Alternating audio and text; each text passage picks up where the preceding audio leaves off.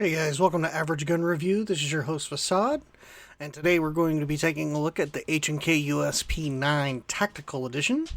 I got this one in the box. There's a speed loader in the box, but it's for 40 cal. It works for the 9. It doesn't matter. It was just thrown in by the shop that I purchased this at to kind of complete the set. This tactical version does come with two 15-round magazines out of the box, a speed loader, some additional O-rings for the magazine, and the detent tool to take that off.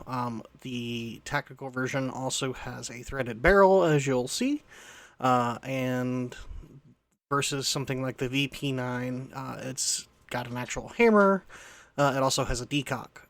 The threaded barrel, a little hard to get off. I had to really twist it down on this one, so it's off camera a little bit. But overall, H&K, typically pretty proud of their name. With that comes a pretty high price tag, but boy, are they a good gun. I took this one to the range, and last week, in which I'm going to be joining a range soon, I believe, and get some video for you guys to add to just the breakdown of the gun.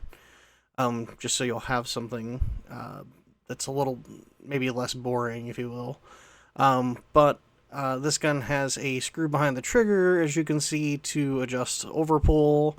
The person who had it before put that crappy green paint on the front sight, which is fine. I'll probably remove it and or replace the sights altogether with a night sight. But fairly long barrel on this bad boy, and you can see the ring right there on it, and that's to adjust, or you can replace that if you decide to suppress it or anything like that. Put a compensator on it, and then because it is suppressor ready, it has a I threw a Olight Balder Mini on it, which is light laser combo, green laser, white light, bright. I think it's 600 lumens. I really like the style of that and how it turns on and off.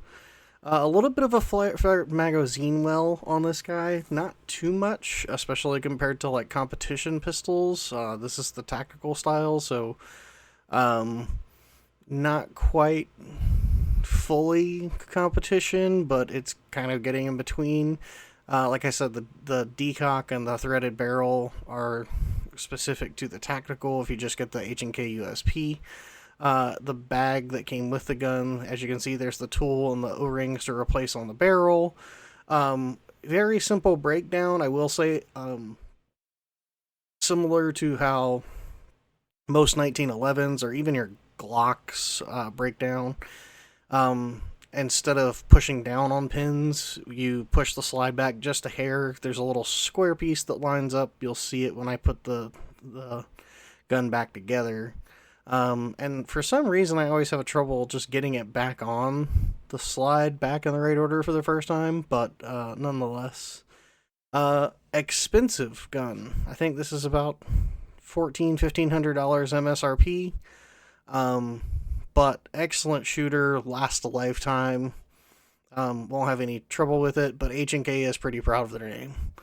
With that in mind, if you're looking for something that's polymer, that's higher end than a Glock, that you can go out and shoot and not have to worry about for years and years to come, H&K makes a really good piece. I have a VP9 as well, which I'll be doing a review of in the future. I actually like the style of that grip better than this one. I added some grip tape to this guy just because I wanted to make it a little grippier and just a little easier to hold.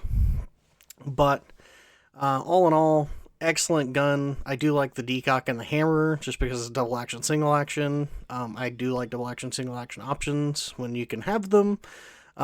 Obviously things like Glock and the VP9, which is the kind of the baby brother to this guy, which is also quite a bit cheaper, doesn't have a hammer.